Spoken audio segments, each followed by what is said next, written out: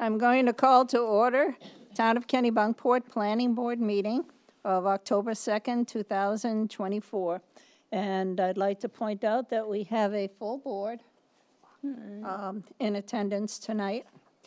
And do we have anybody out there in Zoom land? We do not. We do not, okay. All right, then, I'll call for approval of the minutes. Has everybody had a chance to read them? Yes. No? There were a few corrections.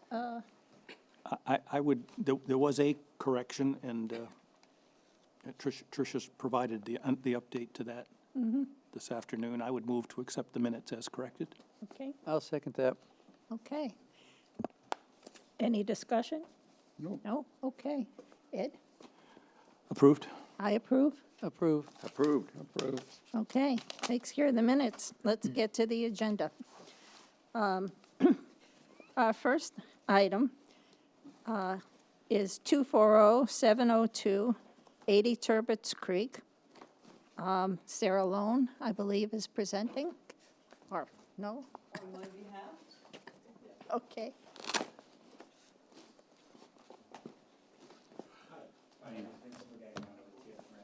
Can you bring that up so we can hear you? I'm going to print the chart on. That's why we can't hear him. There's that too. Those AT guys. Thank you. Okay, this is a continued initial review. Yes, yes. My name is Vincent Brigagliano, and I'm here on behalf of Sarah Lound and the 80 Turbot's Creek trustees. We have a little show with us today. It's great. Good. And behind you guys, I have a presentation prepared Okay, that we can work our way through. And please stop me along the way if you have any questions. Then at the end, too, we okay. answer any questions. Will you be controlling the slides for me? Okay, I'll just give you a point. Thank you. Yeah, next slide. So this is the agenda of everything we'll look through today. First, we'll start with the project area, the structure, the footprint, and setbacks, and then at the end, we'll address any of the outstanding comments that were made on the most recent memorandum. Next slide. So I just want to take everybody into the project location. Next slide. Next slide. One more. Keep going. And there we are, to our location, 80 Turbot's Creek, Kennebunkport. Next slide. And the following is how we were able to fine-tune our existing conditions plan. So we are confident that this is exactly what was there before the structure was destroyed in last January's storm. Next slide. So the first thing we'll look at is the boundary survey that was done for an abutting property owner to the north for Eleanor P. Sanderson in 2004. We were lucky that they were able to pick up the survey of our structure below. And if we zoom in on that, next slide, we'll able to use the scale to actually pull out measurements that'll help us in our existing conditions plan. So these are all color-coded, and as we go forward, you'll keep seeing these measurements, and that's how we were able to fine-tune. So, and this was also in the Registry of Deeds in 2006. So next slide. So this was a building permit application that was submitted for Bob Lown, here with us today, in 1982. Again, you can see these measurements there. Next slide. And here's a 3D of the existing conditions plan with those measurements still there. Next slide, please. Can you just go back one, please? Is this also from that same permitting process? It is, yes, from the one before it. Yeah, so you actually have a gauge on the volume from this one as well, if we wanted it. Yeah, I believe that would be in that building permit application. Well, I'm seeing the 7'6" here, and Yeah, the peak Oh, and sure, everything. yeah. Yeah, it can so- be recalculated. so I off think of- we want to do, at some point, we're going to want to have that quick discussion that just says, and look, we're recreating the same profile as well. Absolutely, Okay, yeah. yeah. And those alterations were added in 82? No. Next slide. Too easy. So here's the tax card from Kennebunkport. It was last evaluated in 1992. Again, you'll see those measurements there. They all match up, 32, 27, and 31. The first one I showed you was rounded, but all these are the same. Next slide. And so here's where we finally landed on our existing conditions plan, still matching up with those same numbers. Next slide. And the green is what is proposed today. So to the greatest extent practical, this is just a rebuild in kind, just raising the structure. Next slide, please. And I also wanted to point out in the submitted architectural drawings, those dimensions are still there as well. Next slide. Now I just wanted to take a closer look at the setbacks and just show that we're not encroaching any further. Next slide. We'll look in this area here. Next slide. Here. Next slide. And here. Next slide, please. So looking in a little. Can you go back? That was a little too quick for me. I don't think it changed. You're showing different arrows in each one of, you said 3 slides, and I was looking for the arrows. The first thing you're showing is at the top, the property line hasn't changed, and the setback from the stairs, from the ramp hasn't changed. Is that what I'm understanding you point? Correct. We'll zoom in onto each of these arrows. Oh, I just okay. wanted to, I guess this is just looking at the property from a bird's eye view, and we'll zoom in a So little the closer. front and the 2 side setbacks, we're going to look at Exactly. individually. Yeah, thanks. Yep. So here we'll see that 4.4 feet is what was existing, Yep. and what is proposed, there's no change there. Next slide, please. If we look at the opposite side, 2.9 feet was what was existing. Again, no change for the proposed. Next slide. Next slide.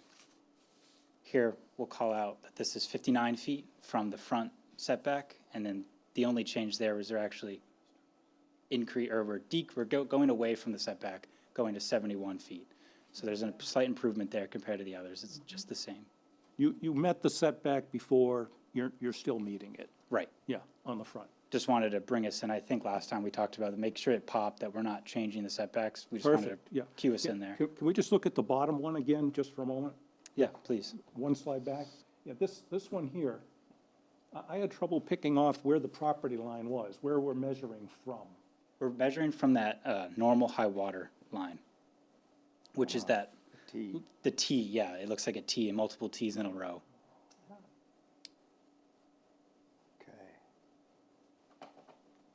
Okay. Thank you, and it hasn't changed, is what you're saying? Exactly. Okay. You can keep going through. Next slide. Great. So this is the elevation certificate in 2014, again, created by a state of Maine licensed land surveyor. Next slide, please. If we look in a little closer, the top of bottom floor is 12 feet, and that was used using an old 29 datum. Next slide. We were able to convert that to what our surveyors use today as the NAVD 88 datum, and that is converted to 11.24 feet. And we're going from, that was the old existing first floor, moving to the proposed first floor. That'll be an increase of 6 feet, 4 3/4 inches. And I also wanted to point out the proposed lowest structural member is at 15 feet, and that's 2 feet above what FEMA required, which is 13 feet. So to meet local ordinance there, 15 feet will be the lowest structural member. So the aggregate height is the 15 plus the 13 and 7/8 proposed roof peak? So a total of, what did you say, 15, 18, just shy of 19 feet? The total structure? Total structure, The top structure will be at 24 feet, 24. 10, Oh, I see it there. thank Got you. it. Sorry, it's just a little thank you, blurry thank you, from thank here. you. George, help me see it. Where are you seeing it? Got to tilt your head a little bit, because it's right there. Thank you. Thank you. So you're saying the base flood elevation is AE, or you're in a velocity zone, or just a AE 13? Correct. Is this per the original FEMA maps, or is this, or does the letter of map revision affect? This is revisioned, yes. Okay, LOMR, okay. And so ours is 2 feet above that at 15. Okay, yeah, thank you. Yep. Next slide, please. So here's just a little bit of a zoomed-in cross-section, just explaining things a little bit further. The architect is with us here today. If you guys have any additional questions on this cross-section, this is just showing everything above the top of pile. I'll let you guys look at it for a second. Showing there's marine-grade plywood in there. Yeah. Next slide, please. Moving into addressing outstanding comments.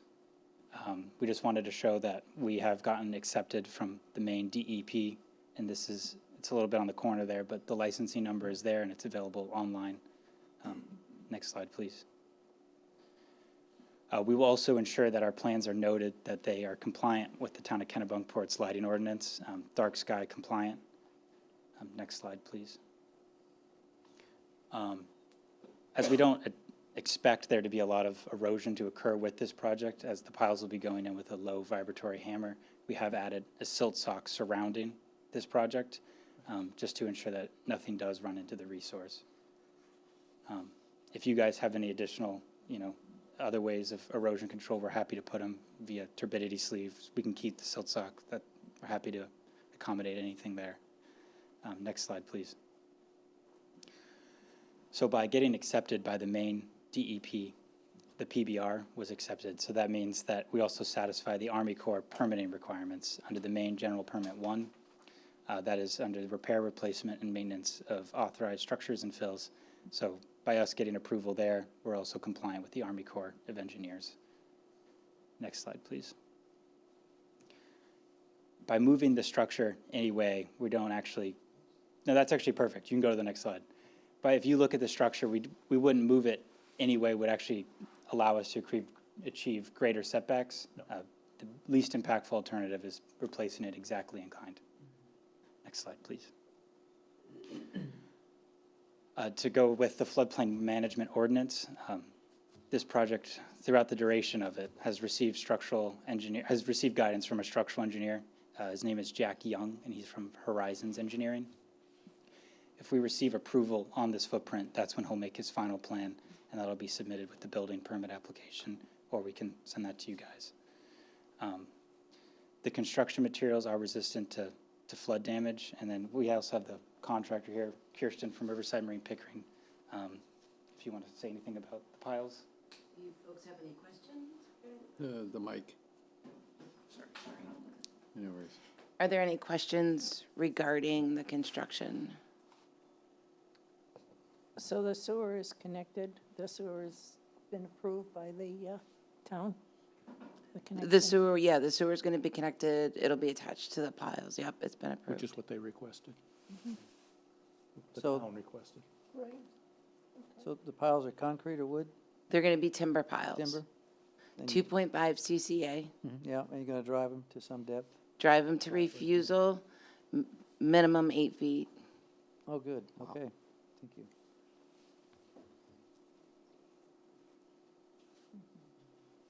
Looks good. Yeah. Okay? Thank you, Kirsten. Any questions? Yes. First question is, Vincent, can you spell your last name? Or I can, yeah. I know it's a doozy. B-R-I, Say again? B-R-I, V-R-I, B as in boy, P, B-R-I, yeah? G-A-G, L-I-A-N-O. Brigagliano. It's like it sounds. Irish. Hardly. And we have a couple more slides. I don't want you guys to think this is the end, but if you guys have any Thank you. questions now, then I do have a real question Sure. beyond that. The one piece of information we looked for that I didn't see in this presentation. there's still a few more slides, All too. right, I'll hold my question. We may answer it. If not, I'm still happy All to right, answer. very good. Thank you. Next slide, please. A pre-construction evaluation certificate. So if we receive approval for this footprint, we're able to give you guys a pre-construction elevation certificate. And then as well, when it's finalized, a construction elevation certificate. So that's something too, if this footprint is approved, we can able to give you guys from a state of Maine licensed land surveyor. Next slide, please. And now we're at the end. In summary, I guess we wanted to say that this is just a rebuild in kind to the greatest extent practicable. And, we're raising the structure to be able to handle anything Mother Nature throws its way. And that's just the full intent of this project. Next slide. And there, our wonderful architect, and her rendering is what the final product will look like over at 80 Turbot's Creek. And now at this time, if you guys have any questions, I'm happy to answer. There'll be screens on all the windows, right? Yes. The one thing I looked for that last time that we didn't have in here, you answered the setback issues, the property line questions, the impervious area coverage, all taken care of. We're also asked to look at that the volume hasn't increased. And I didn't see anything about the before and after volume. Is there a way to make a statement that says Sure, I might actually we've even kept have the the volume. same volume, for example? Hi, I'm Christy Kenny from KW Architects. We did not do a volume study because we're not expanding the volume, but we did use the exact same top of wall heights. And we calculated the heights based on the first floor elevation. So the height from the first floor elevation to the top of the wall is the same Yeah. pre and post construction. I wasn't looking for a study. I really was looking for you to affirm, as I think you're doing, that you've been true to the original design in terms of the heights of the walls and therefore the enclosed volume.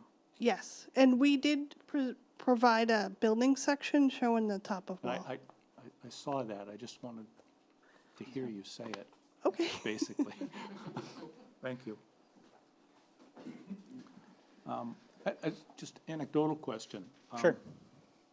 I will tell you anecdotally that my wife and I both smiled at the changes from the before and after the picture of the original one that says kitchen, bath, bedroom, and the new one that has, let's see if I can find it here, the Robinson Crusoe, the meditation room, and the primary bedroom.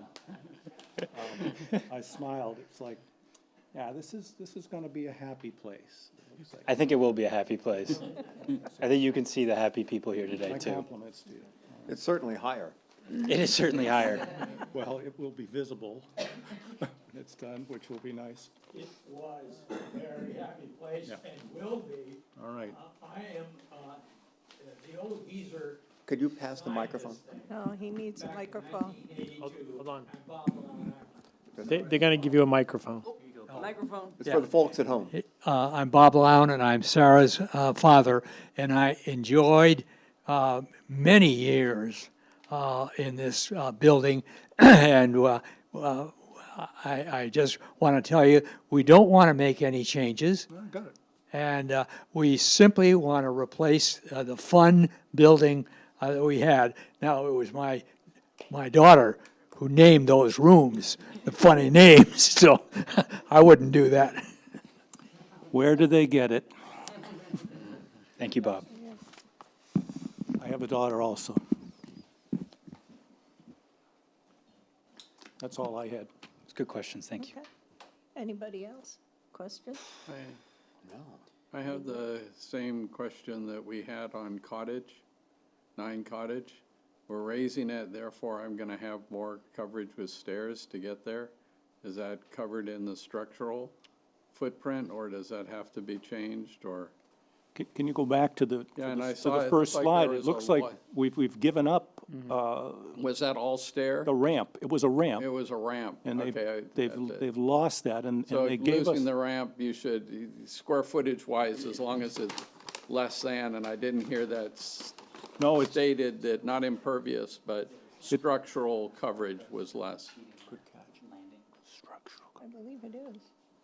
If the ramp is out, it visually looks it is, I just didn't see the that. ramp deck stairs went from 686 square feet down to 611 Okay, there it is. coverage, so, Okay, good. yeah.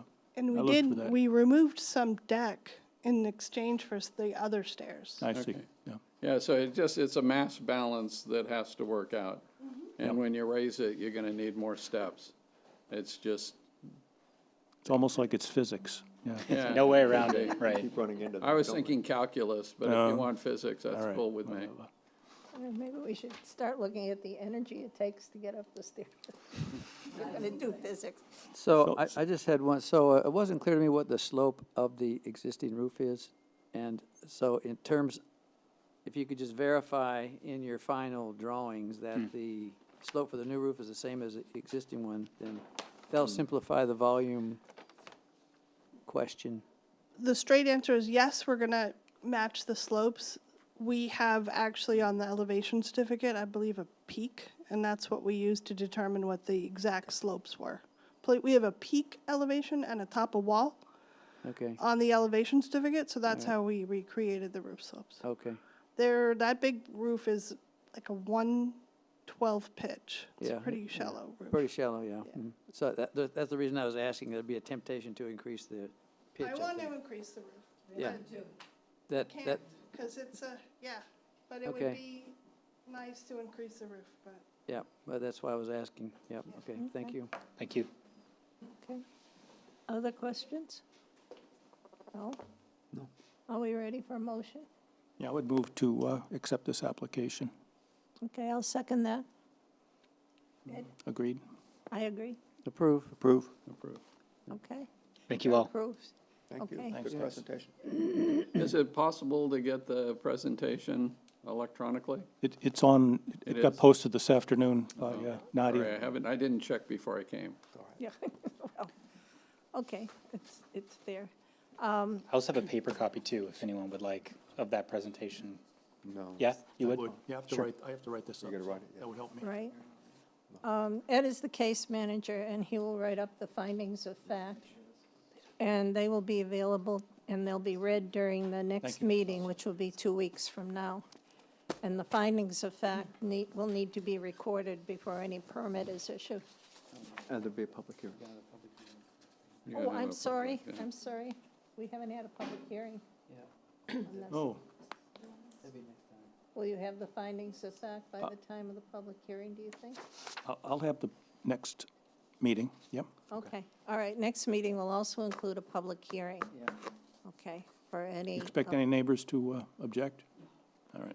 They Okay, gotta do it. all right, It's just, we need to follow the process. They're all here Right. today. Since they're here for the right. next application. So it will be a public hearing and probably a findings of fact as well. So we should be concluded, hopefully, with the planning board, anyway, with their jurisdiction, by the next meeting, 2 weeks from now. Okay? Thank you all for your time. Thank you. Thank you, Vincent. Okay, Yeah. Yeah, That's the funny line. all right. one of us is married to the guy up on my land. Next on the agenda is number 240-901, It's a nice town. 75 Turbot's Creek Road. Yanagi Hall Development Design, I believe, is the agent who will present that. Would you introduce yourself and speak into the microphone? Good evening. Good evening. My name is Austin Fagan. I'm with BH2M Engineers, and I'm here with Johnny Hall today, representing Ted and Melissa Yanagi. The proposed project is for the repair and partial replacement of an existing retaining wall along the ocean front of their property at 75 Turbats Creek Road. As part of reconstruction, which I'll take this with me.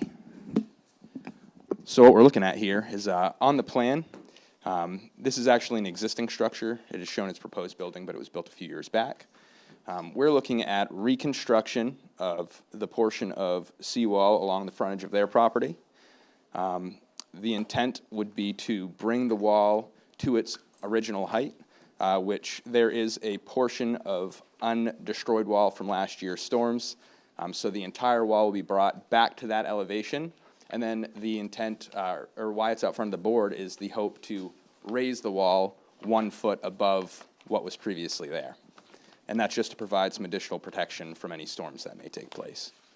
Along with that, if you look, I don't know if on your plan there's a north arrow. I added it to this plan. Page north is plan north as well. So on the northern portion of the property where Turbats Creek Road meets the road extension, the hope is to pull a portion of wall back towards the driveway and match that into the rest of the wall, just to have a more uniform structure out there.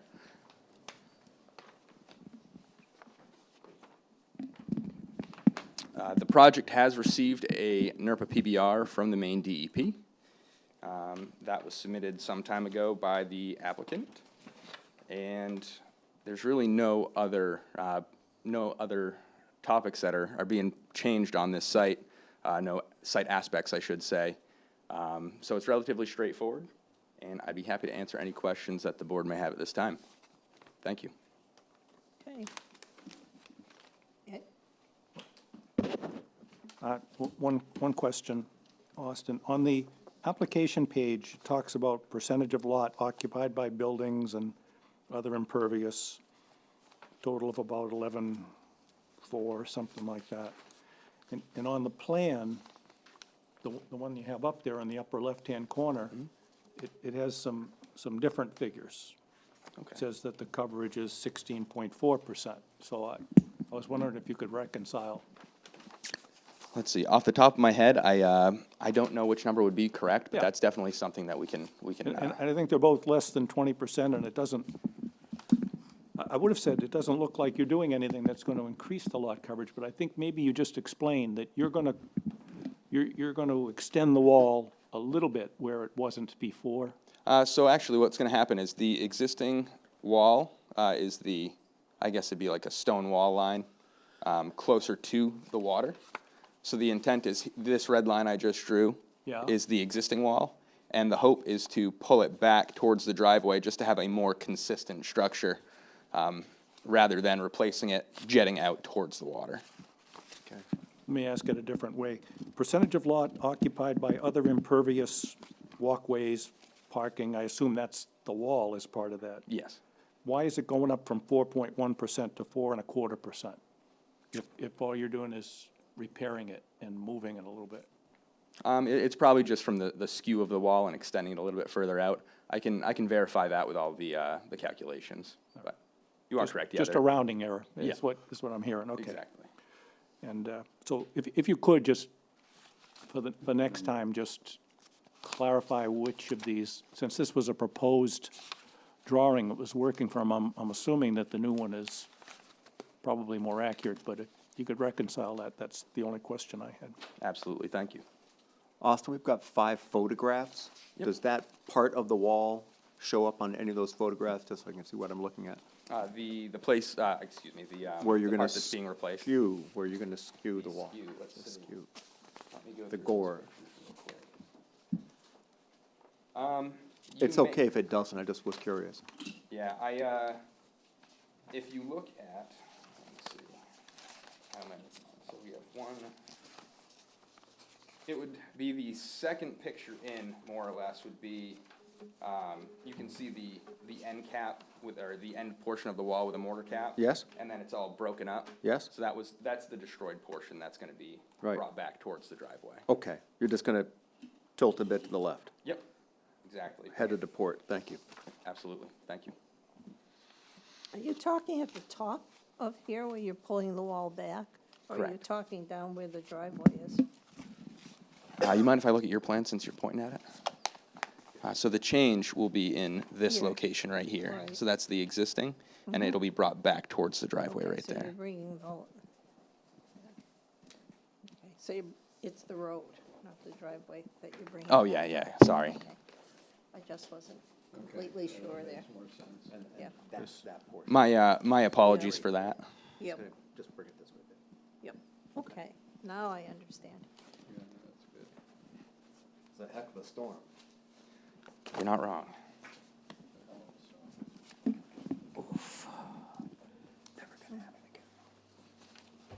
Other questions? No. Well, I just had one, what's the base flood elevation for here? Off the top of my head, I don't know, but that's something we could put on the plan. Well, it'd be kind of useful, but, but that leads me to my real question, which is, so the existing wall which was destroyed was rocks and mortar, basically, and then you're gonna replace it with more rocks and mortar and raise it by 12 inches, so how is that going to survive better than the previous version? So I think what we're looking at here is with the replacement of the structure, DEP will allow replacement of a structure rather than ripping it out and redoing everything. This wall's been there for a very long time, which is my understanding. So by reinforcing it with rebar, they're going to be drilling into the existing structure, rebarring down. We're hoping that the structural integrity will be there from the new portion, since it hasn't been getting beat on for years and years by, erosion from the sea. Okay, well, yeah, adding the rebar is a good idea. Yeah, you're gonna, yeah, that's a good, that'll help. Okay, thank you. Thank you. So in effect, this is capping that rebar? Yes. Okay. Yeah. And it'll all be epoxy coated rebar so that it has a more longevity than just a normal old open bar. Great, yeah, that's good. So you're raising it a foot, Correct. right, and then capping it? Yes. Okay. All right. It would be nice to see the topography on the plan. Okay. My understanding is that this whole lot is 52,977 square feet, but some of it is under the high water mark, which means it's much lower. Yep. Yeah. Absolutely. We can add that to the plan for you. Okay.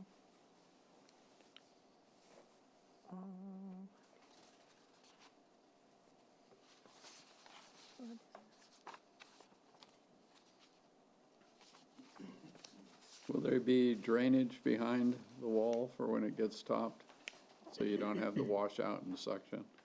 So the portion that is being rebuilt typically will be backfilled with stone, just to make sure, water conveys in and out of it. In terms of the existing wall, I don't believe any alterations will be made since it's such a long-standing structure. Okay. Do we need, Galen, do we need an engineer to approve this under 215?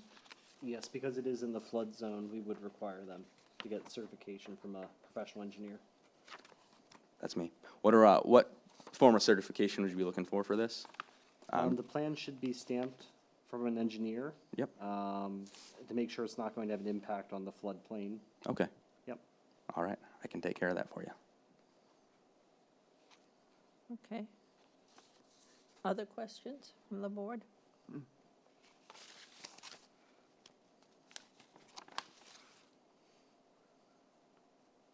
May I ask one more? Absolutely. What's the cap gonna look like? Am I gonna notice a difference in what this wall looks like?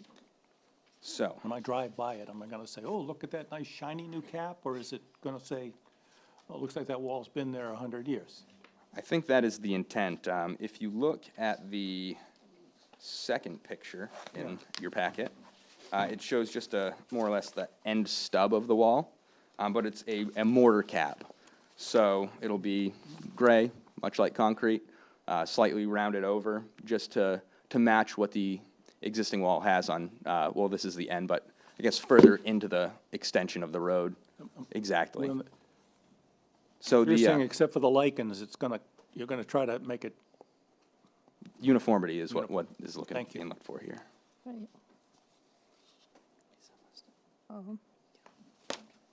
How is the construction going to take place? You're going to come in on Turbots Creek Road and just start working there? Yes, and that's something that we can get to the planning office prior to the next meeting.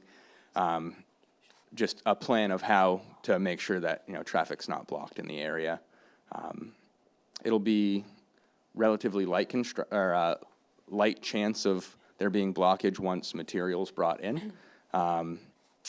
So it's not really what we would consider of a concern. You're not a high traffic project.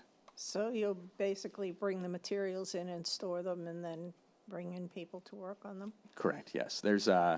It's my understanding that the gentleman who will be doing the work, stonemason, lives nearby, and there will be a stockpile area on his property, so it'll just be brought over as needed. Okay, all right. Okay, store your materials. I think we need some waivers on this. You don't need to have a stormwater system design. You're not changing lighting. You're not putting up signs. Nope. No, okay, and we don't have to worry about floor areas, so those would be the waivers that, So there's stormwater, signage, lighting. right? Is there any Stormwater, lighting, signage, signage? floor area, since he's Yeah, not. floor area, that's. Those would be the waivers. You- yeah, you- I would move that we waive the requirement for those. They're not needed for this application. Yeah, I would second that. Okay, approve. Approve. I approve. Approve. Approved. Okay, Thank you. all right. Any other questions? Okay, we need a case manager for this. And Larry, you've done so many. You're the I wall won't guy. ask you, I won't ask you. Mr. I Wall? got another one coming up too, Oh, geez. 135 Ocean. I'll take it because mine's on hold right now. Okay. All right, thank you. Adele Lane is on hold, I think. Oh, yeah. Adele, the road, yeah. Adele the road, Yes, not the Adele the singer. Adele's, yes. Taking one for the Many team. hands Well make light done. work. Yeah.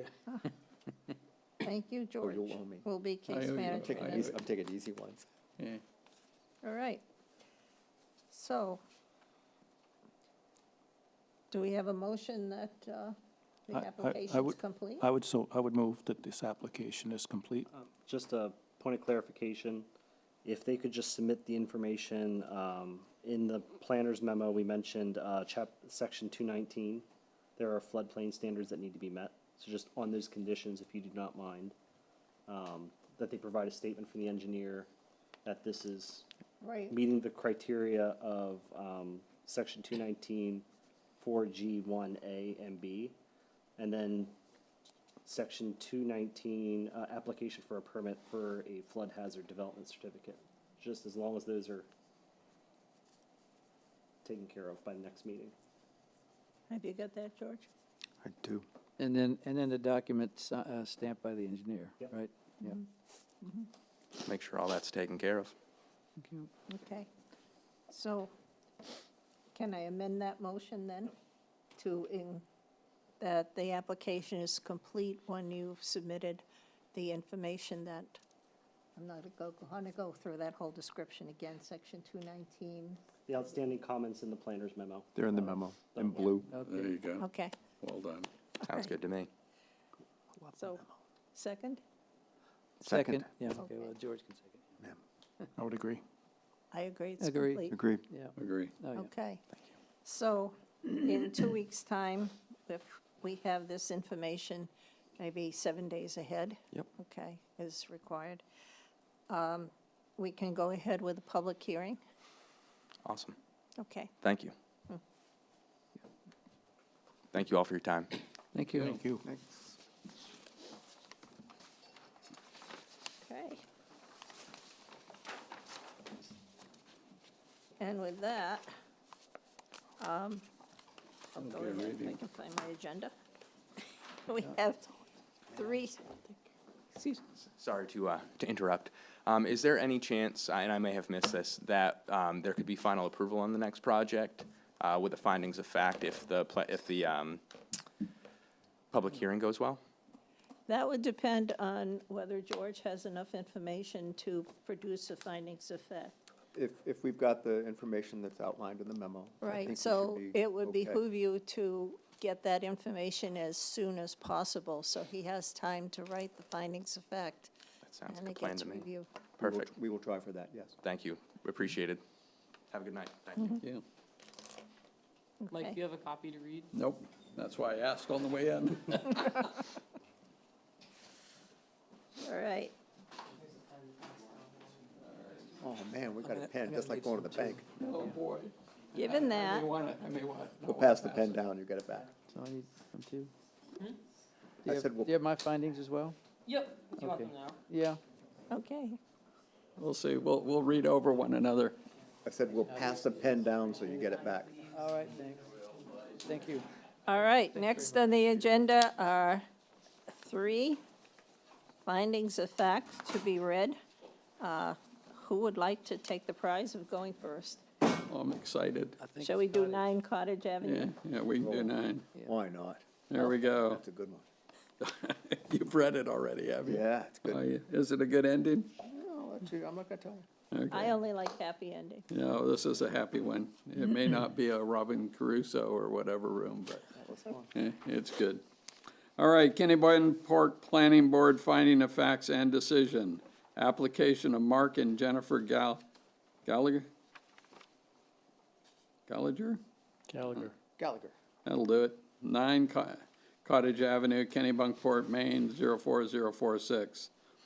Following site plan reviews pursuant to the Kennebunkport Land use ordinance held on August 7th and September 4th, 2024, and the public hearing held September. Kennebunk Planning Board makes the following finding of facts and conclusions and renders the following decision subject to the conditions enumerated below.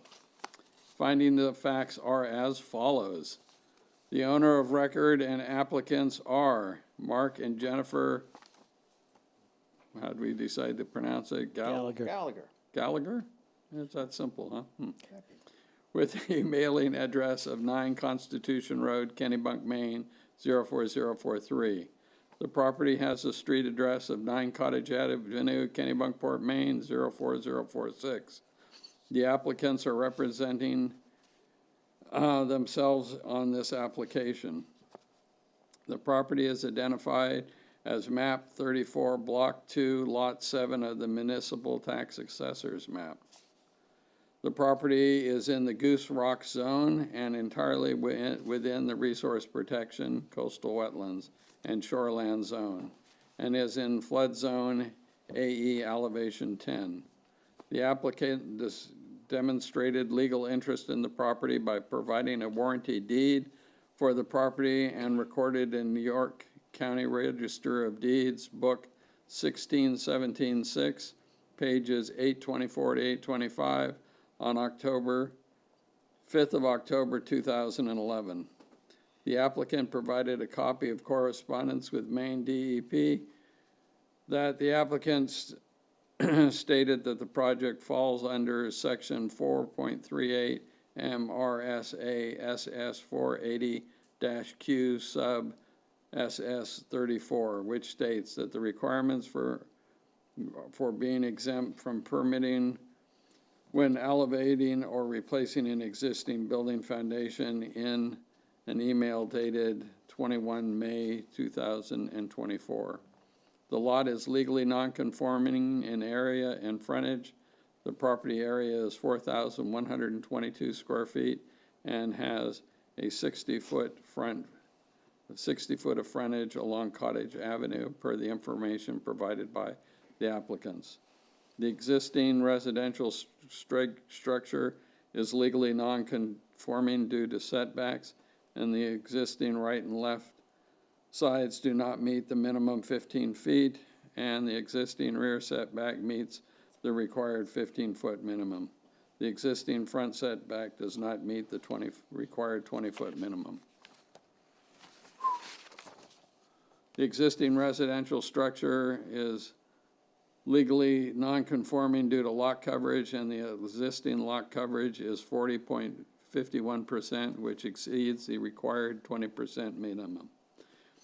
In an application dated 21 July 2024, the applicant proposed to lift the existing structure 8 feet. The current finished floor elevation above sea level is 9.98 feet.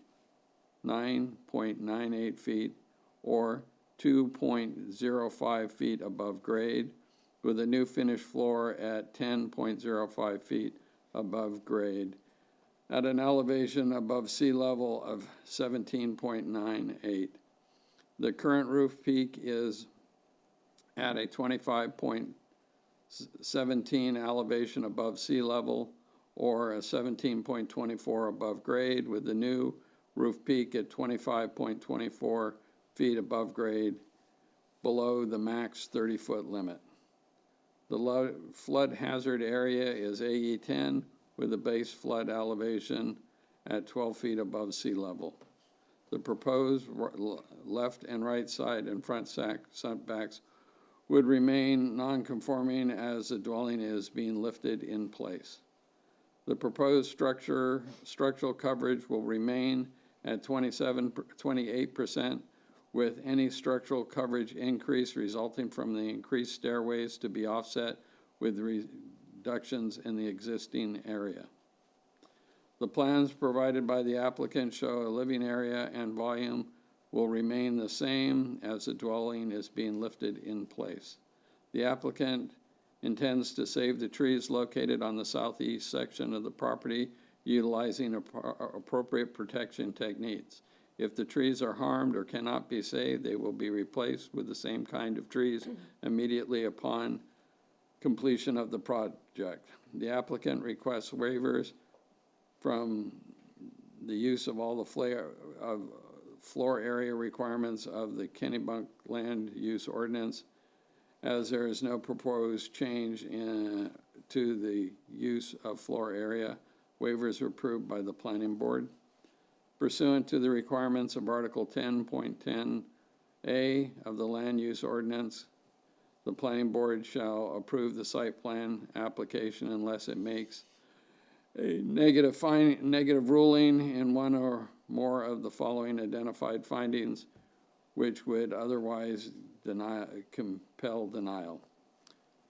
A, can I just read the letter and the thing? All right. A, yes. B, yes. C, yes. D, yes. E, yes. F, yes. G, yes. H, yes. I, yes. And their comment connecting to public sewer. J, yes.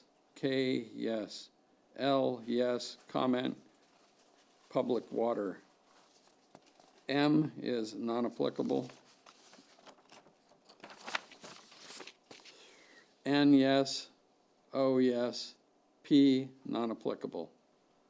When a proposed development, it will be located within the shoreline or resource protection zone, the additional requirements of Kennebunk Land Use Ordinance, Article 10, and the town-wide regulations in Article 6, the performance standards for specific activities and land uses in Article 7, approval of the development will also require that the board make positive findings based on information presented that the proposed used. A, yes. B, yes. C, yes. D, yes. E, yes. F, non-applicable. G, yes. H, yes.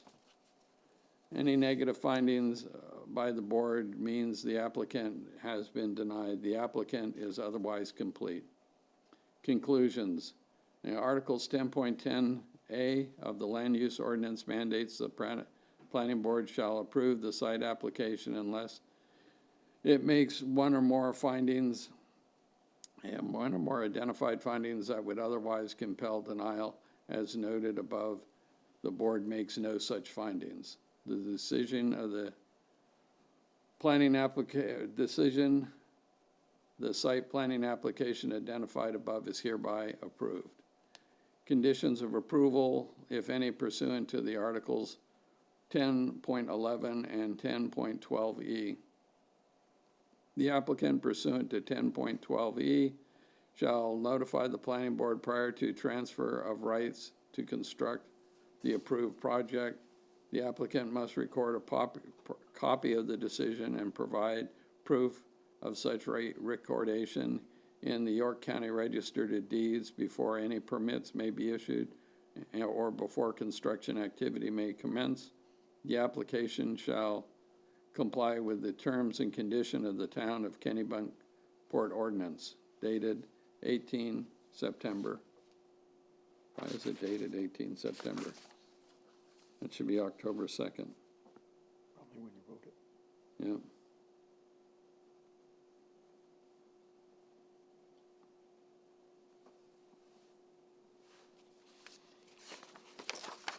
Here, endeth the reading.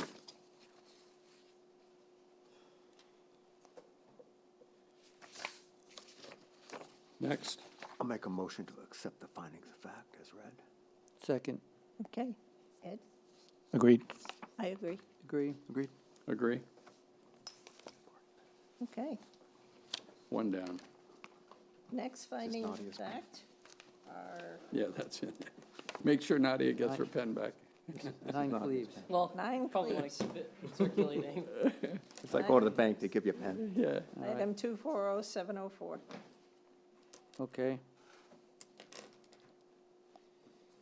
Hang on just a second. You can see if he can multitask, write and read at the same time. Let's not try that. No. It's almost 7 Count o'clock at night. backwards from 100. Pen coming as well. You want a pen? No. No, I've got a Pen pen. going back. Okay. Goes that way. Goes that way? Yeah, that's Nadia's Nadia's pen. pen. Oh, it's Nadia's pen? All right. Oh, then it does get passed down. Okay. So this is Kennebunkport Planning Board, finding of fact and decision, application to demolish and replace existing house at 9 Cleves Avenue, Kennebunkport, Maine, 04046. Following site plan reviews pursuant to the Kennebunkport Land Use Ordinance held on the 7th of August, the 21st of August, the 4th of September, and the 18th of September 2024, and a public hearing held on the 18th of September 2024, the Kennebunkport Planning Board makes the following findings of fact and conclusions and renders the following decisions subject to the conditions enumerated below. Findings of fact are as follows. The owner of record and applicant is Sandbox KPT LLC with a mailing address of 9 Old Lancaster Road, Sudbury, Massachusetts, 01776. In a letter dated July 24, 2024, owner of record for 9 Cleves Road, 9 Cleves Avenue, Kennebunkport, authorized Phil Schuman of Beechwood Renovations to act as agent in the matter. The address of agent is P.O. Box 246, Kennebunkport, Maine, 04046. The property has a street address of 9 Cleves Avenue, Kennebunkport, Maine, 04046. The property is identified as map 35, block 5, lot 1 on the municipal tax assessor's maps. The property is in the Goose Rock zone and entirely within the resource protection, coastal wetland, and shoreland zone, and is in flood zone AEEL 9. The Beaver Pond Brook Tidal is located at the northwest boundary of the property. The applicant demonstrated a legal interest in the property by providing a warranty deed for the property recorded in the York County Registry of Deeds, Book 18875, page 949, plus a 4-page Exhibit A to the warranty deed, 5 pages total, dated November 19, 2021. Applicant provided notice of acceptance from the DEP dated August 2nd, 2024. The lot is legally nonconforming in area and frontage. The property area is per information provided by the applicant.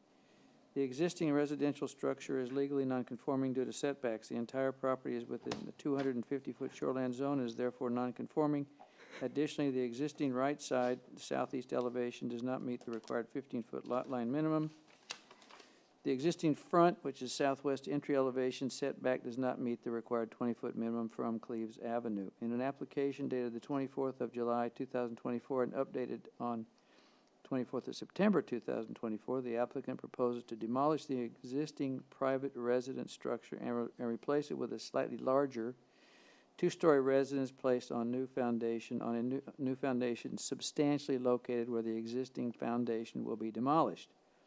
The existing residential structure is legally nonconforming for lot coverage. The existing lot coverage is 27.93%, which is 12.33% of buildings and 15.6% of other impervious, which exceeds the required 20% maximum. The proposed lot coverage is 27.87%, 12.27% for buildings and 15.6% for other impervious, which is less nonconforming. The existing building is irregular in shape with an exterior deck to the northeast. The proposed building is nearly square in shape. Is a nearly square in shape 2-story residence with an exterior deck to the northwest facing Beaver Pond Tidal. The configuration of the proposed building is left nonconforming than the existing building due to an increased distance between the proposed house and the Beaver Pond Brook. The proposed building conforms to the height limitation of 30 feet or less from the ground level to the building peak. As required by the floodplain management ordinance, the first floor of the proposed building will be located 2 feet above the base flood elevation as defined by the FEMA letter of map revision effective July 18, 2024. The proposed left, which is northwest, right, southeast, rear, northeast, and front southwest setbacks all would remain nonconforming due to the shoreline zoning. Plans provided by the applicant show that the interior square footage will increase from 1,732 square feet to 2,085 square feet, an allowable increase of 20.3%. Volume will increase from 12,896 cubic feet to 16,680 cubic feet for an allowable increase of 29.3%. Pursuant to the requirements of Article 10.10A of the Land Use Ordinance Guidelines for Decisions, the planning board shall approve a site plan application unless it makes a negative ruling on one or more of the following identified findings which would otherwise compel denial. A, B, C, D, E, F, G, H are all yes. I is yes, comment, public sewer. J, K are yes. L is yes, comment, but public water. M is not applicable. N and O are yes. P is not applicable. When a proposed development will be located within a shoreland zone or resource protection zone, in addition to the requirements of the Kennebunkport Land Use Ordinance, Article 10, the town-wide regulations in Article 6, the performance standards for specific activities and land uses in Article 7, approval of the development will also require that the board makes positive findings based on information presented that the proposed use A, B, C, D, E, F, G, and H are all yes. Any negative finding by the board means that the application has been denied. The application is otherwise complete. Conclusions. Article 10.10.a of the Land Use Ordinance mandates that the planning board shall approve a site plan application unless it makes one or more identified findings that would otherwise compel denial. And as noted above, the board makes no such finding. Decision, the site plan application identified above is approved. Conditions of approval, if any, pursuant to Article 10.11 and 10.12e. The applicant pursuant to 10.12.e shall notify the planning board prior to the transfer of rights to construct an approved project. The applicant must record a copy of this decision and provide proof of such recordation in the York County Registry of Deeds before any permits may issue or before any construction activity may commence. The applicant shall comply with all terms and conditions of the Town of Kennebunkport ordinances dated the 2nd of October, 2024. So I move to approve this findings of fact. I second. Okay, I agree. approve. Approved. Approved. Okay, thank you. Let me just sign this. I'm gonna send it your way, Mike. Mhm. Do we get an encore for you? Yeah, just one more.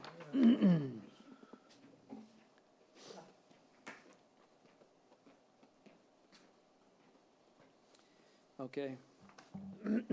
Okay, so the next one, Well, do I guess I better not do red. can I just plunge in? Does anyone pen? want to, just plunge in? Go ahead. Okay, so next on the agenda is the finding of facts for 24 Field Point Road. So this is the Kennebunkport Planning Board, finding of fact and decision of application for shoreline stabilization, 24 Field Point Road. This application proposes a revision to a previous approval dated December 6, 2023. This revision is due to recognition of the shoreland area which has been protected by a failing timber retaining wall as a frontal dune. This recognition was resolved under LD 2168 on February 29, 2024. Note that under NRPA Chapter 355 Coastal Sand Dunes, construction of vertical walls and/or riprap revetments are prohibited in areas where none previously existed. Okay. That's the background. So then, following site plan reviews pursuant to the Kennebunkport Land Use Ordinance held on the 4th of September 2024 and 18th of September 2024, and a public hearing held on 18th of September 2024, the Kennebunkport Planning Board makes the following findings of fact and conclusions and renders the following decisions subject to the conditions enumerated below. The owner of record and applicant for 24 Field Point Road is the Linda D'Angelo O'Neill Revocable Trust with mailing address of 221 Round Hill Road, Greenwich, Connecticut, 06831. In a letter dated September 4th, 2024, owner of record for 24 Field Point Road authorized Walsh Engineering Associates, Inc. to act as agent in this matter. Address of agent is 1 Karen Drive, Suite 2A, Westbrook, Maine, 04092. The property has a street address at 24 Field Point Road, Kennebunkport, Maine, 04046. The property is identified as map 20, block 1, lot 2 on the municipal tax assessor's maps. The property is located in the Village Residential East, Shoreland, and Resource Protection Zones. The project site is located entirely within the 250-foot shoreline setback dimension. Owner of 24 Field Point Road demonstrated a legal interest in the property by providing a warranty deed for the property recorded in the York County Registry of Deeds, Book 19007, pages 702 to 703, on April 20, 2022. recorded on April 20, 2022. Applicant has submitted the approval letter dated July 3rd, 2024 from the Maine Department of Environmental Protection for the permit by rule required by the Natural Resources Protection Act. The parcel identified as 24 Field Point Road consists of .89 acres, which is 39,100 square feet. Property is improved with a single-family residence and adjacent landscaped areas. The highest annual tide elevation along the shoreline is 6.7 feet. The property is partially within the recently adopted FEMA flood zones, VEL 17 and VEL 25, NAVD 88 vertical datum, as indicated on the plan set. Due to rising sea levels, increased storm severity and frequency, and existing erosion issues, applicant has been concerned about current and future resiliency of the shoreline. Along the shoreline, there are three types of, along the seashore, there are three types of shorelines in the area of applicant's property. It's a cobble beach, which consists of smaller cobble beach and contains a failing revetment, 2 to 4 feet stones. Behind the cobble beach is soil, rosa rugosa, and lawn that eroded in the December 23, 2022 nor'easter and in the recent winter storms of 2024. Then there's exposed ledge. The shoreline consists of exposed ledge with some cobbles and eroded soil above. There is landscaped lawn and plantings behind the space. Significant erosion of the soil overburden in this area occurred during December 23, 2022 nor'easter and in the recent winter storms of 2024. Then there's a timber retaining wall along a portion of the shoreline of 24 Field Point Road. Existed a vertical timber sea wall that was destroyed during the most recent winter storms of 2024.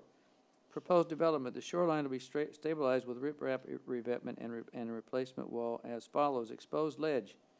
Where there is exposed ledge and overburden, toe stones will be anchored into competent ledge using stainless steel pins epoxied into the ledge and into the boulder.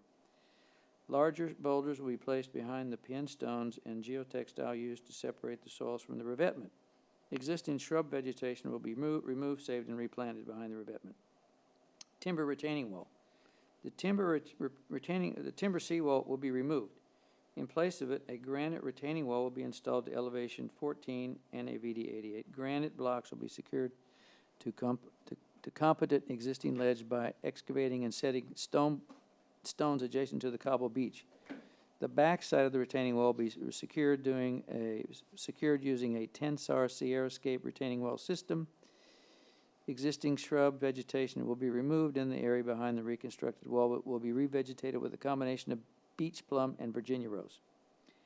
Applicant requested no submission of performance waivers from the requirements of the Kennebunkport Land Use Ordinance pursuant to the requirements of Article 10.10.a of the Land Use Ordinance, Guidelines for Decisions. The Planning Board shall approve a site plan application unless it makes a negative ruling on one or more of the following identified findings, which would otherwise compel denial.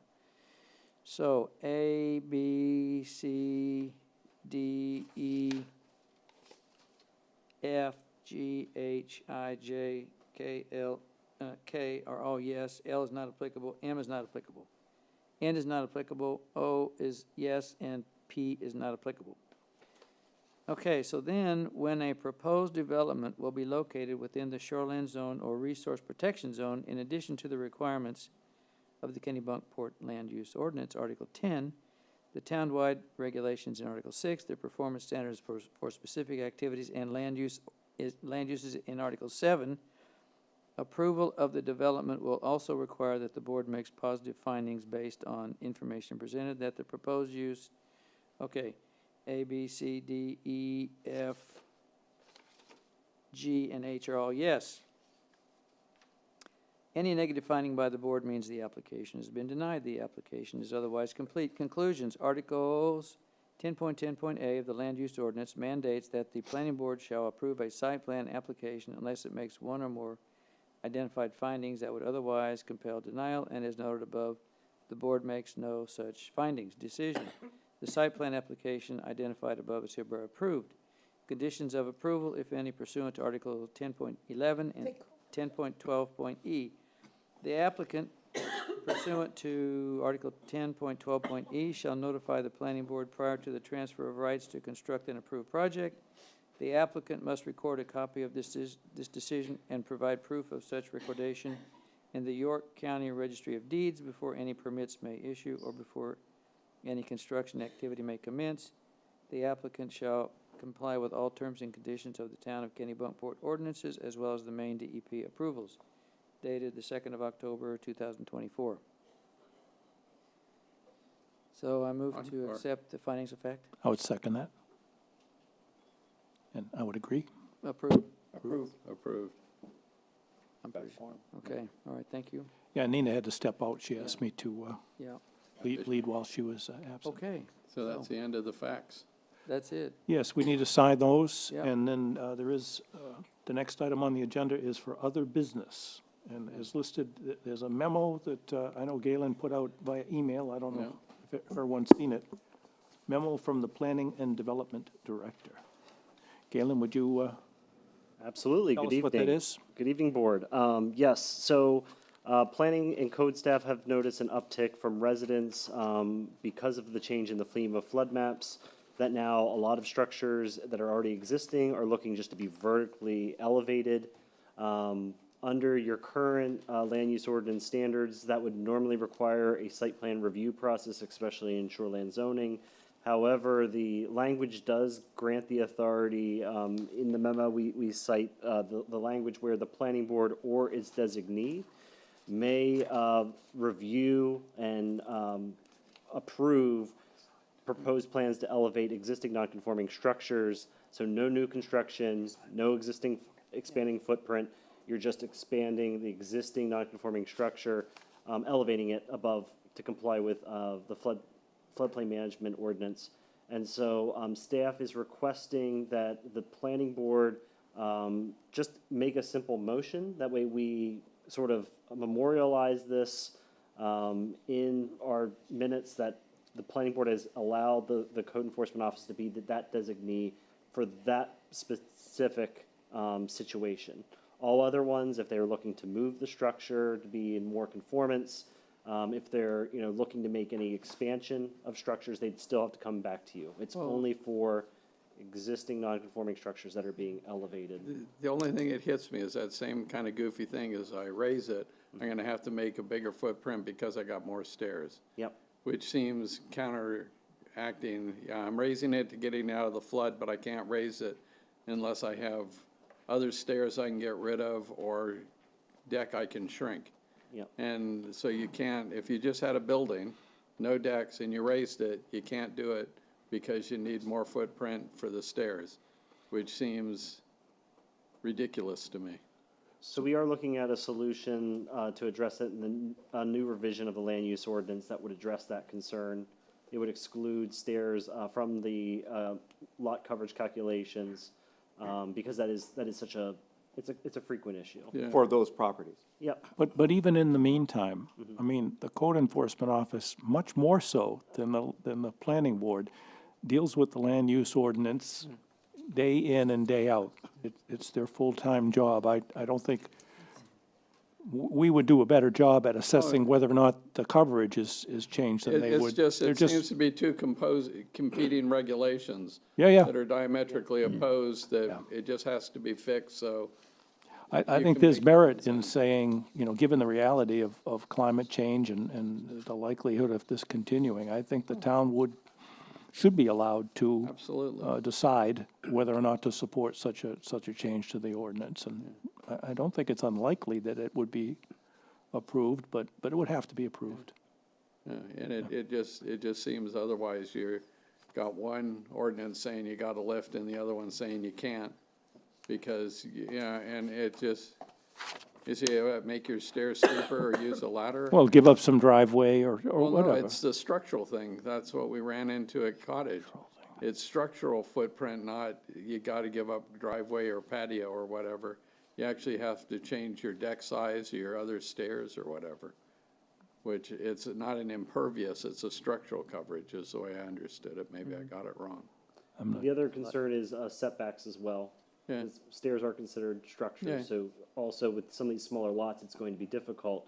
We do have a provision in our administrative section of the land use ordinance that grants the code enforcement officer the ability to grant a disability variance for ramps that are associated with access egress into the house. And we have a few properties that are looking to do that because they're full-time residences and they do have some sort of disability that they need a ramp of some sort.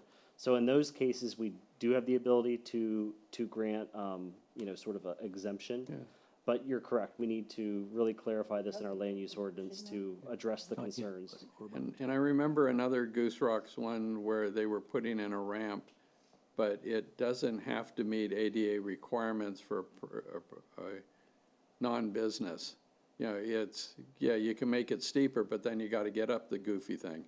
But you're not restrained by ADA in a private residence. Yep. You can use that as a recommended, so they were bumping in that one up against, they thought they had to use the ADA, and you don't have to, it's a choice of the residents at that point. I trust the code enforcement office to be able to handle this. It's like riprap replacement, wall replacement, raising a house. If they're not changing the footprint and they have to add a couple of steps on, I figured that you guys can take care of that. If they want to build a big new elaborate staircase, well then, but if you need to raise it up 6 feet and you got to add in a couple of courses of steps, It should be. you're running out of options. It's heartbreaking looking at these. I mean, this one tonight, it's heartbreaking. If I were to make this motion, then there might be further discussion, but should we make the motion and then discuss it? Yes. All right, so I think the suggested motion is, I'd like to read, Madam Chair, I move that we designate the code enforcement officer with the ability to administratively permit foundation replacement for the sole purpose of raising non-conforming structures within the town of Kennebunkport. I think I've added a word there, but Yeah, I added that word and talked to Galen about it. Sorry, stuff stuck in my throat here. I'll second that motion, but is in there starting- discussion? In starting the discussion, I want to point out that my objection to it is that I think it needs the notice requirements that we normally require in the planning board. And if you go back to section 8.3, B, oh, love this thing. I think it's B1, F, under notice requirements. I think that whole section applies to what we do, where we can designate from the planning board as well. And the notice requirements in the shoreland zoning district have to be sent by certified return receipt mail to all abutters, owners of property within 200 feet.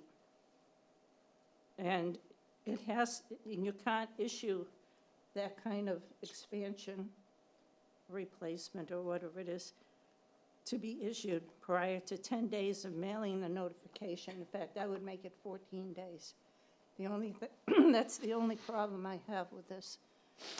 I'm glad to turn it over to the code enforcement office, but So it would be the code enforcer, or who would do the mailing, the code enforcement or the applicant? yes, it is charged to the applicant, but the code enforcement office would send out the abutters notice. And I say that because in raising buildings, you can change the view, especially down in Goose Rocks Beach. And abutters need to be notified, basically, if their view is being changed, if they want to challenge that. Can I ask, though, that the view isn't something the planning board would deal with? It is sometimes, if you look at Oh, we hear 1010, there are We've had cases before there, and as long as there's no view easement, which really isn't an enforcement issue even by the town, I don't see why that's something the planning board would deal with. We had one where there was a really impassioned plea from the neighbors that had lived in an area down off of Langsford Road. That's right. That, you know, we're really going to be put out by the change in the profile of the home that we eventually approved, despite their concerns that their view was going to be changed, because there was no ordinance that we were to deal with. Now, it did provide a public forum for that all to be heard, but I don't see that we should burden all of these property owners with the expense and delay of that notification process. To what end? Well, one, it's a short notification process. We're not requiring a public hearing. But if you look at section 1010 and guidelines for decisions, you'll see that number 14 there is the proposed use will have an adverse impact on significant scenic vistas, or on significant wildlife habitat, blah, blah, Right, blah. but these are not significant wildlife habitats or significant vistas as the Well- state would define. Yeah, but if it blocks the view of the ocean, the applicants, if it blocks the view of the ocean for one or more abutters, they can argue that it's blocking a significant scenic vista. I don't think I would, that's I the don't think definition. I would argue that for one person, but I think I would argue it if it were blocking the view of several, one or Well, two. or more. let me propose an alternative. I think this is something the town attorney could rule on and say whether or not it was the business of the planning board and we needed this notice. I think we should streamline this process to the best of our ability and just give the code enforcement office the same discretion they would have on any change to a home in that area. The fact that they're elevating it is, Yeah, because if you're just elevating it, I'm not changing my setbacks or my right. distance. The only possible thing I'm doing is hitting the height requirement. What, you're changing the view for somebody, for an abutter? Yeah, If someone put up a fence or planted landscaping and that altered the view, would that come before the code enforcement, and how would they treat that? I'm asking the code enforcement. I guess I need an example. I'm Well, putting up someone, a- let's say this property this evening, well, let's say it was an existing structure and they're gonna elevate it 6 feet. Okay. Let's say they didn't wanna elevate it 6 feet, they're gonna roll the dice, but they did wanna put up a fence, wanna put up a 6-foot fence that might block somebody's view. Would a neighbor object to putting up cedars or putting up a fence? So I mean, I'm sure there's probably neighbors that would probably object to something. However, I don't believe it's been past practice that we recognize viewing easements or private deed covenants as part of a review process. That's more something of a civil litigation matter that will be challenged by private. That would be in the deed, if there were a view easement. That would be in the deed and something that the people would challenge Oh, privately. yeah, they would challenge Civil privately. court. Yep, we don't get involved in that. That's the Right, part. but what I'm saying is that in, basically, an expansion of non-conforming structures under 8.3, okay, under B, within any zoning districts, non-conforming structures may only be expanded, relocated, reconstructed, or replaced, subject to the following conditions, in addition to those required by subsection A. And if you go down under that to F, there are notice requirements, and there's certified mail notice requirements. So if you start to go to your subsection, basically, when you go to 3 on replacement foundations, and it says, can be determined by the planning board or its designee, I still think those notice requirements apply. Can you just tell me what the title of that section is again? I thought it was reconstruction and replacement of, It's Article 8, what's the title of it, please? and it's Article 8, nonconformance and vested rights, okay? B, within any zoning districts, okay, if you go Yeah, down under that. yeah. It says nonconforming structures may only be expanded, relocated, reconstructed, or replaced, subject to the following conditions. Okay, that's what I was looking for. I don't think any of those things are being done by raising it, By what? by raising the structure. Yes, it is. Because not- if you it's not an go to, expansion. if you go to replacement foundations, it's part of replacement. And it says expanded, relocated, reconstruction, or replaced. I haven't replaced, I haven't replaced, reconstructed. No, I'm lifting. because where Galen is saying we can go and we can designate is under replacement foundations, and that's a replacement. How many properties have we had where it's just raising up? There's no rebuilding, no expansion, Only a just few, raising? Only a few, but they're coming down the line. So- No, but I'm trying to think, have there been any where they didn't also do an increase in square footage or change the footprint in any way? Yeah. Just raising it up? The last couple, No, Well, today's is rebuilding a structure. The one before had an expansion and they were moving it a little bit. Have we had any where they just raised it up? Just cottage is the only All they one. did was raise it up. I think there's just that 9 cottage that you Nine had, cottage, sort of. they're just lifting it. Yep, yeah. And it's the one that, there was the whole stair thing that got me. Yeah. The structural stair that they have to stay set to, so they're not, I'm not reconstructing, I'm not renovating or doing, I'm just lifting. But the thought that occurs to me is, okay, so they're going to elevate the structure, so they can't do any changes internally or exterior to the structure. So does that mean they have to use the existing foundation and just build up, you know, like put some columns down on the existing foundation just to, or are we going to allow them to rip out the existing foundation and reconstruct the foundation? So I mean, because all of a sudden you get into construction. It's replacement. but you'll still make sure that's up to It's code. replacement of the Non-conforming foundation, Structure. Sorry? You'll make sure that's up to code. right. It's replacement foundations under non-conforming structure where basically Galen is finding the authority to let the planning board or its designee determine. Okay, Okay. so the foundation would be replaced. So then, my other question is, so are we gonna let this happen one time only? Or what happens in 20 years when we get another 5-foot increase in sea level and we get a new FEMA flood map? Are we gonna say, okay, you can go back to the same provision and raise it again? I mean, that's, as long as they're meeting your height requirements, which that's going to be a barrier for a lot of people, is the height requirements, and it's something that we are gonna grapple with as a town, is how we wanna define building height moving forward. Because the state has changed the definition for building height in shoreland zoning, and we just need to discuss as a community what we'd like to envision and see as our, especially beachfront communities, what we want that to look like.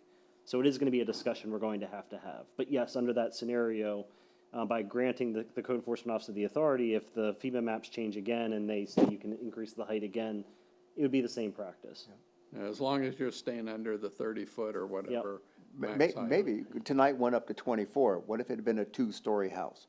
If it had been a 2-story house or more peak, and it brought it up to 33 feet, 34 feet, 38 feet, Yeah, and are we that's gonna where tell you- them, no dice? That's a challenge that we have to deal with as a community, is how we want to address the concerns of structures that are already near that building height requirement, Yep. that exceed even the allowance that the state is giving us. How do we want to address these concerns?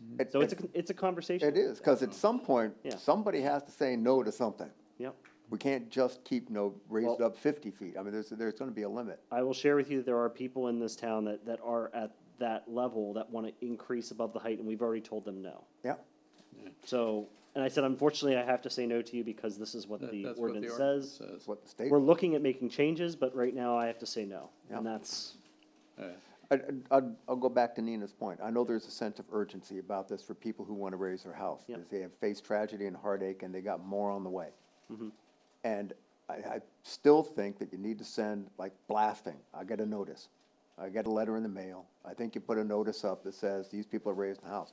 If I get a letter that says the neighbor's gonna raise a house, well, then I can come talk to the code enforcement officer. We can say, well, I better go before the planning board then. But if not, I mean, if you can give everybody a notice and let them know, I think that seems pretty fair. But what is, I got the notice. Once you have the notice, Right. basically, I'm calling Nadia. you can go to the code enforcement office, look at the plans, talk to the code enforcement officer. You can, or you can just go and talk to your neighbor, Yeah. okay? But what I'm saying is, you need the notice. I think the notice is required. Yeah. And I When- think it's not the code enforcement type notice where, they put a list somewhere on the website. It has to be actual main statutory notice, which is certified mail to the abutter at least 10 days ahead.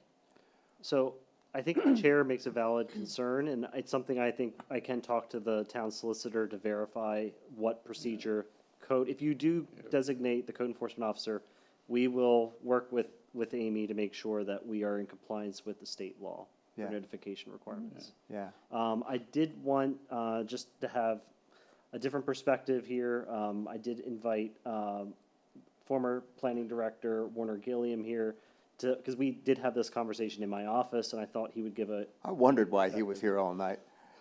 he's here just for 24 There's nothing field. better on TV tonight, Would you right? introduce yourself, please, sir? Yes, yeah. Just for the record, Warner Gilliam, resident, 94 Witten Hill Road. So, yeah, so great discussion. And I thought it would be helpful, I can give you a little bit of perspective, not only in terms of how other communities are handling this, this type of situation, but also just a little bit, in terms of what, what we've seen in terms of changes to state statute. So a couple of things, that have, that I think are notable in regard to statute is that, one, a number of years ago, written into state statute, it gave essentially the allowance to communities to allow for height increases for structures when it came to dealing with floodplain elevation requirements. And so built in is this essentially an automatic height variance, and this is regardless of what is, the height for the zoning ordinance specified. It gave this automatic height allowance in order to meet the minimum floodplain management standards, right? And so in your example, you have a 2-story house, it needs to be elevated, it gets that minimum that it needs in order to meet the floodplain elevation requirements. But only the minimum. Correct, yes. Right, it does not say, it does not give them, the ability, in that example, of saying, well, to meet the minimum, I need to go up by 4 feet, but I really want to go up 12. That, you don't get that, right? The statute doesn't allow for that. It allows for what is necessary to actually be in compliance with FEMA's regulations. And what's important to note is that property owners are, they're stuck between a rock and a hard spot here, because your flood insurance requirements, federal law requires that elevation to happen.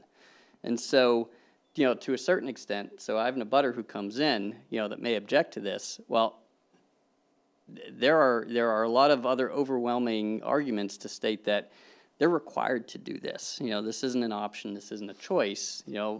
They're required per your own ordinance in the floodplain management rules. I mean, you can't allow for a lesser, elevation at that point. This is what they have to hit.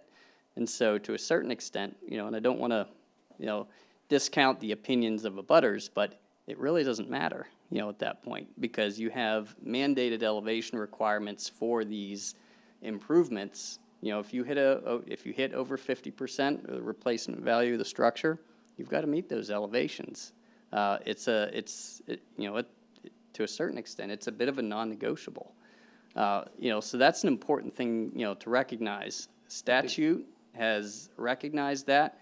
Communities do have to adopt that, though. They have to adopt that language, but those allowances are built into statute. So that's the first piece. Then the second piece, that the state also did was, and, as you all heard, exempted it from NERPA, right? So, you don't have to get a permit by rule. You don't have to go through a full NERPA application in order to elevate homes.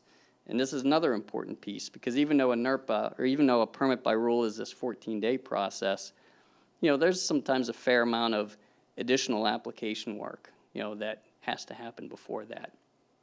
Likewise with, with a full NERPA permit. I mean, we're seeing, not only do you have months of preparation, and it's not to say that that preparation doesn't need to happen regardless, but then with these full NERPA permits, I mean, we're seeing, upwards of 6 to 8 months of delay from, the state, for folks to get this. So that was an important element for the state to do, right? To go in and say, you don't need the NERPA. They recognized that they themselves had some limitations, with staff, but they also recognized that these were permits that needed to be issued as a matter of, right for folks to protect their existing structures and existing homes that they have. So again, you have a number of things here that, that point to, a streamlining of the process. You have ordinance that allows for code enforcement officers to be able to issue these types of permits. in order to, allow for this process to be streamlined. And so those are, a number of important things, I think to consider. Regarding the notice piece of it, I remember when that notice element went into the ordinance. If you look at it, it's specific for the expansion of non-conforming structures and not necessarily for the replacement of foundations. So, because past ordinance essentially brought every 30% expansion to the planning board, right? And so, a number of years back, it was delegated to the code office to be able to, if somebody just came in and said, hey, I want to put a dormer on the house, but they had to fall within that. This wasn't a knockdown, tear down. It was just this, just doing a volume expansion on a non-conforming structure.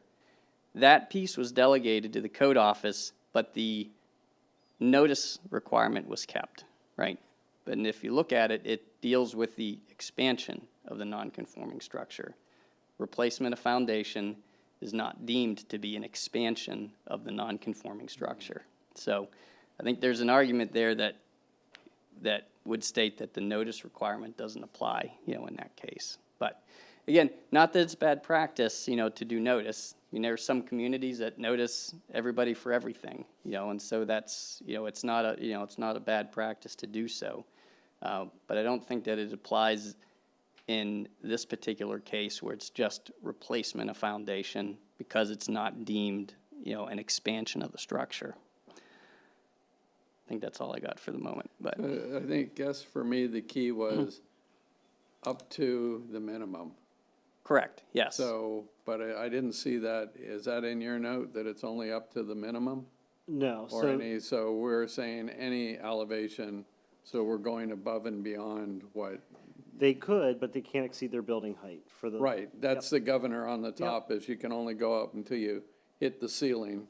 Yeah, as it but were. what Warner's mentioning is in the state statute, they automatically required, basically, if you're in compliance with FEMA regulations, that you're trying to bring the base flood elevation Right.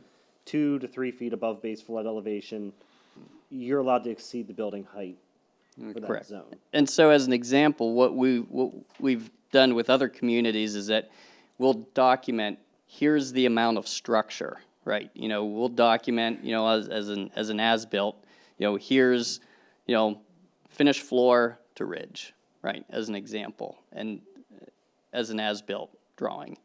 Then for the proposed drawing, you're showing the same thing. We've now got a calculated height, and then for the proposed, you can clearly show that we're not increasing the building, we're literally just bringing it up, right? And so, and that's in cases where it's a complete replacement. You're capping the building height, so to speak, from a finished floor to a top of the ridge, and showing that, you're not exceeding the overall height of the building, the constructed piece of the building, and that the only height that you're gaining is as it relates to becoming and bringing yourself into compliance with your floodplain requirements. But if you're exceeding those requirements, then they go from the existing grade up to the roof. Well, that's an important Yep. calculation to have Yep. in there. Yep, that's an important piece to show. But the statute still gives you, that minimum that you need. The amendment being that the bottom of the first floor is at or is not below the FEMA. Yeah, depending what flood Base. zone you're in, right? Some of them measure from the finished floor elevation, some of them measure to a structural member. I didn't realize that, but Yeah, yes. so it depends on the severity of the zone. So I didn't mean to get into that, what to me was a nuance, but rather we're saying that if somebody right now is raising up their house and they want to raise it more than the amount that the floodplain the projection has gone up, they would be allowed to do that as long as they're not exceeding. As long as you stay under your zoning height, right? That's right. But as soon as you want to go above that, then you can only go up by as much as that, What FEMA allows. what FEMA has Which is raised it. floodplain plus 3, right? Two. Yeah. So let's say it's not 9 cottage, but it's, 2 feet, yeah. there's 7 cottage, let's say 7 cottage next door. And they say, wow, I want to do that too. and they come into the code enforcement office and say, I want to do exactly the same thing, and it's under the height restriction, then you can review everything, and you can look at it and go ahead, and they do not have to spend several sessions coming before the planning board, and the money, and the engineering, and all that. And as you were talking, Mariner, I started thinking about those aerial photographs you see of down there someplace where hurricanes come through on the coast of a Georgia or a Carolina or something, Florida, and there are long strips of beach and communities that are all up on stilts, that are all up on flow-through foundations, every single structure. And that's the potential of what our town looks like, and that's just the way it is. Yep. Yeah, I mean, that's the reality of it, is that, properties that you have that are directly on the coast, that are in velocity zones, I mean, replacement foundations, generally speaking, those are gonna be post and piling. Yeah. Goose Rocks Beach. Type foundations. Goose Rocks Beach will be up on posts. Right, yep. Yeah, I mean, you couple that along with, the frontal dune regs. Frontal dune regs already require that to be, those to be flow through. So I think the flood elevations such now down at Goose Rocks don't necessarily lend you to that view, right? yet. Not yet, right? But in, another 20 years when there's another iteration of maps that comes along, then you may see that. But right now, the elevations are still such that what you're seeing, in places like Goose Rocks are primarily concrete, right? They're typically in the 3-foot range, in terms of elevation. But we'll take Field Point though, for example. You just saw the flood elevations of 25, right, that we had in through there. So if that cottage were to be elevated and raised, that'd be pretty significant, right? Oh, yeah. Need an elevator. It doesn't, at that point, it doesn't make a lot of practical sense. It's an interesting question. We seem to have gone through the era of tear downs. Everything we had was a tear down. Now, I would guess close to half what we have is riprap, seawall replacement, raising a seawall, elevating a structure, repairing a structure. I wonder if the state planning office has any sort of statistics on what that shift has been like across communities. What are the other people doing? Not that we need to model that, but it just seems to be that's a lot of what we're going to deal with. That's a lot of what we're going to deal with. People's money is going with that. Every town deals with it a little bit differently. Right. In terms of process, if that's what you're asking about. I'm just thinking in terms of a shift from, well, like I said, we used to do a lot of tear downs, a couple of subdivisions, and now we seem to be doing a lot of dealing with the ocean rising up. Yep. And that's just the way it is. Last January crystallized everybody. Sure did, boy, didn't it? Glad I met. I remember mentioning a couple of years ago, it was a place down, just coming in the Dyke Road, where they were replacing and putting in, big boulders and riprap on the marsh side. I remember turning to Larry probably and saying, man, we're just gonna keep seeing more and more of this. Oh, yeah. And we are, that's what it is. St. Anne's came back and decided to build it another couple of feet bigger. All right. I think just from an administrative standpoint, if what you and Galen and everyone else is saying that you can go ahead and do this, if we write off on it, I'm all for that. And if going through all the ordinances and everything, the attorney or whatever, it's linked up that we have to send notice, then we have to send notice. I'm just not clear on the reading if that's the requirement, but I haven't given it. Well, I It seems like what it's- Galen proposed, is that Yeah. if we go forward with this, that he'll work with the attorney to make sure that Yeah, the statute requirements for noticing are adhered to, yeah. Well, if they exist. I don't know whether the statute requirements exist or not. I'd leave that to the town attorney. But I still think I can't agree to a motion like this without proper notice requirements to your butters. Because I've seen what happens when the code enforcement office just does their usual little list that nobody can find, and suddenly there's a giant pipe rolling down my street, which has happened recently, and the neighbors start to get really upset about the fact that what is the neighbor doing in the wetlands, and why did the code enforcement office approve it? months ago. We didn't know. I think the abutters have a right to know ahead of time. You know, one thing people hate, and this is a human thing, one thing people hate is change, okay? It gets them all upset. And when that change involves the most important piece of property they have, their house, which is most of their equity, usually for most people, they get really upset. And if you just basically mitigate that ahead of time by giving notice to abutters, and you only need 10 days before the code enforcement officer can approve this thing. We're not going through a public hearing or anything like that. They have a chance to go and look and say, oh, okay, you know, or to say, oh, you're ruining my view, and the code enforcement officer can say, sorry, but this is the way it is. It's approved by statute. You're going to have to live with it. They'll handle it. But, you know, Kennebunkport tends to be a very litigious town, have you seen from the case law? And, you know, to sort of avoid that, it helps to know ahead of time what people are doing, you know? And it can be worked out, and people can say, okay. And I don't think giving 10 days, 14 days notice by certified mail, it's not that expensive, is a really a big burden. We're not going through initial reviews. We're not going through public hearings. That avoids months of time. Well, You know? it's our time that's Yeah. not being impacted, but it's not the just our code time, office that It's the will. applicant's time Yeah, as well. but with the change, it feels to me that it's a shift of workload onto the code enforcement. Yes. And, you know, We'd like to keep that streamlined as well. yeah, and I understand stuff going up, and I didn't know that the neighbors were gonna do this, and I wanna know what's going on, so I go down to the code office. And, you know, And you look at the site but plan. that's site plan, but is that any different than having it beforehand that I get notice and I go talk to them? Either way, I'm gonna get talked to them and told, well, understand your concern, but there's nothing we can do about it.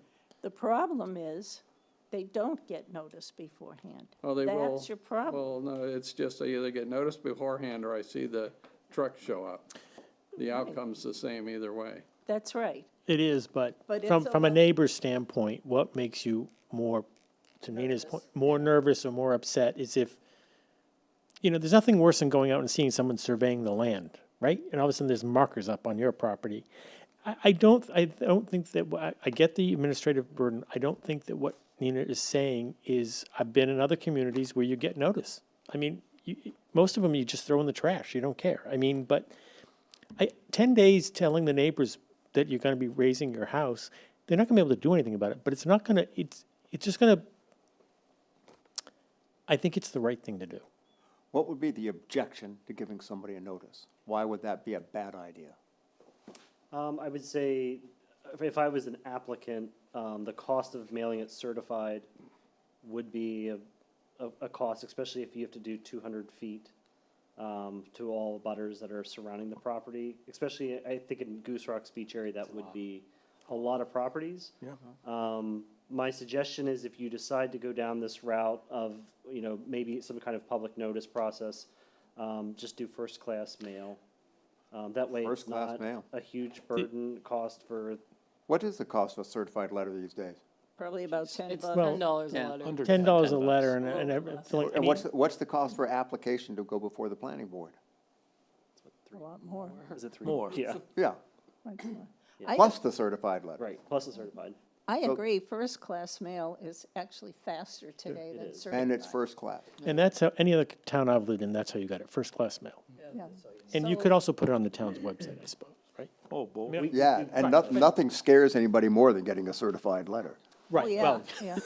I was actually just gonna make that comment, right? Yeah, I You know, don't, I don't No, accept- nothing nerves people up more than getting the green sign for card, this? right? Why I You say, know? what did well, you do? well, Right. what do you do if they're not there to sign? I mean, you know, so, Yep. I don't think, does anyone have an objection with first-class mail? I mean, No. you might get it, No or a objection. postcard, that's That's even something. cheaper, you can, hey, Yeah. there's a, Here's a And picture. if anyone's like me, I they remember don't they built accept that bridge certified. going down to Fox Run from Because It's always they have bad too news. much mulch in their driveway. My children were trained not to. Yeah, say no, I was can there. tell you, I mean, having had the conversations with the town attorney before, I mean, Amy would tell you, she'd tell you to notice everything, right? is that right? Absolutely. They would tell you to notice everything. I think, knowing some other communities, that do notices, I can tell you, when they do notices for all of their building permits and all of the permits, what winds up happening is that those get sent out, but they go out in bulk batches and they show up probably, sometimes 2 weeks after maybe a project is even done, right?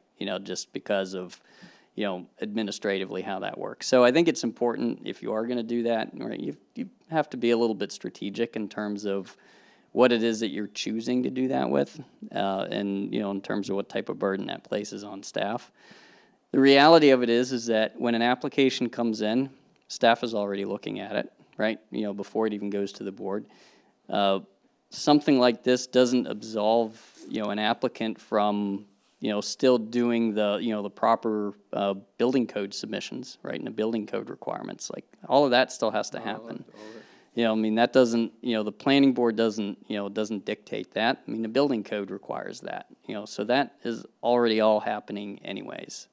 Really what this does is this just shortens the process time, and, relieves, a time frame on applicants. Because ultimately going to the planning board, I mean, that's, by the time you add everything up, I mean, you're looking at a 3-month process, and that's if everything runs relatively smoothly, without, anything additional that may come up, so. And It's we a can do different- that, we can just streamline it by going to the code enforcement office. I just want to see some sort of notice to the abutters ahead of first-class time. mail. So do I hear a modification to the motion at hand? Yeah, my modification would be, I don't know, ability to, provided that notice via first-class mail goes to 2 weeks in abutters. advance. You want 2 weeks? 14 days is reasonable. Yeah. That first-class mail is sent to abutters, all abutters, 14 days ahead of time. It's going to take 14 days anyway for the And code that- enforcement office to approve the application. They can be working on it at the same time. Who is, So mail it out 14 days before code office approves the application. Okay, yeah. who is mailing it out? The applicant? We will mail it out. The office mails it out. Yeah. They First bill class. them. Applicant will pay for it. Airmail. Okay, they're gonna pay the stamp cost in your time? Yep. Okay. You're gonna get a mail clerk to do that and put stuff in our boxes? Just work overtime, okay. I don't, know, it's not coming to us at We're all, right? magic, we can do it. We're not going to see it. It's not gonna come. I know it's not coming to us, I'm just saying we keep putting Unless you're in things a butter. onto their shoulders down at that end of the hall, which is fine with me because I'm not having to do it, the work, but I'm recognize that we're putting a burden on the code office. I'll tell you, it's actually less, Yeah, It's less? right? Because they're not dealing with a planning board application. and the And planning board so is a does real that notice- pain. You know how they are. So, Yeah. Oh, my The God. planning board is just nothing but They're talk. All right. But in terms of just application process, right? I It's just mean. It's part of the process. It is, It's- and it's, if you're not dealing, if you're not dealing with a planning board application, then, you're dealing with a building permit application. So, 6 doing months, doing a card, is less than in terms of processing and managing a planning board In app. terms of practicality, many of us been sitting here 2 nights a month for a long time. We've only, in my experience, denied one application on a dock. No, we've denied two. We denied a subdivision recently. We didn't deny it, it died by itself. No, We didn't vote on We it. denied it. Oh, we did? Yeah. All right, then, Approve. you're right. Out of how many things that have come before the planning board? 2. The likelihood that someone wants to raise their house up 6 feet gets denied by the planning board, pretty slim. That's right. And even if a neighbor came before and said, geez, I don't like it, it's gonna spoil my view of that rock, we're gonna say, they're gonna raise the house. That's right. If there's a view easement on the property that's being raised for the neighbor. It's the neighbor's problem, they have to go to court, Yeah, okay? there you go. From a practical standpoint, we're not gonna add anything to it anyway. First-class mail, I'm right with you. So I ask your question again? I think that would satisfy the notice I think requirement. there was a modified motion. Was there a second? I'll second that motion, Okay. the modified first-class motion, 14 days. 14 days. 14 days. Okay. Yeah. Notification via first-class mail with the amended. For all the butters. Okay, What say you, Ed? I agree. Second. I agree. I agree. I agree. I agree. Okay. It's a great idea. Okay, before you adjourn, I just wanted to give you, for other business, you'll notice that you're missing your famous task of working on the rules. Yes. I just wanted to let you know that staff is going to be working closely with the chair and vice chair. I think there was good conversation at the last meeting. I think there was a lot of good feedback, and we just need more time to massage those details and then present them back to the board. I So, think we have a solution, Yep. okay? Okay, good, And then we'll bring it back to you. okay. Very exciting. Okay. Thank you. Yep. Then I will make a motion Okay, that we adjourn. second. Approved. All in favor? Ah. Okay. Aren't you just full of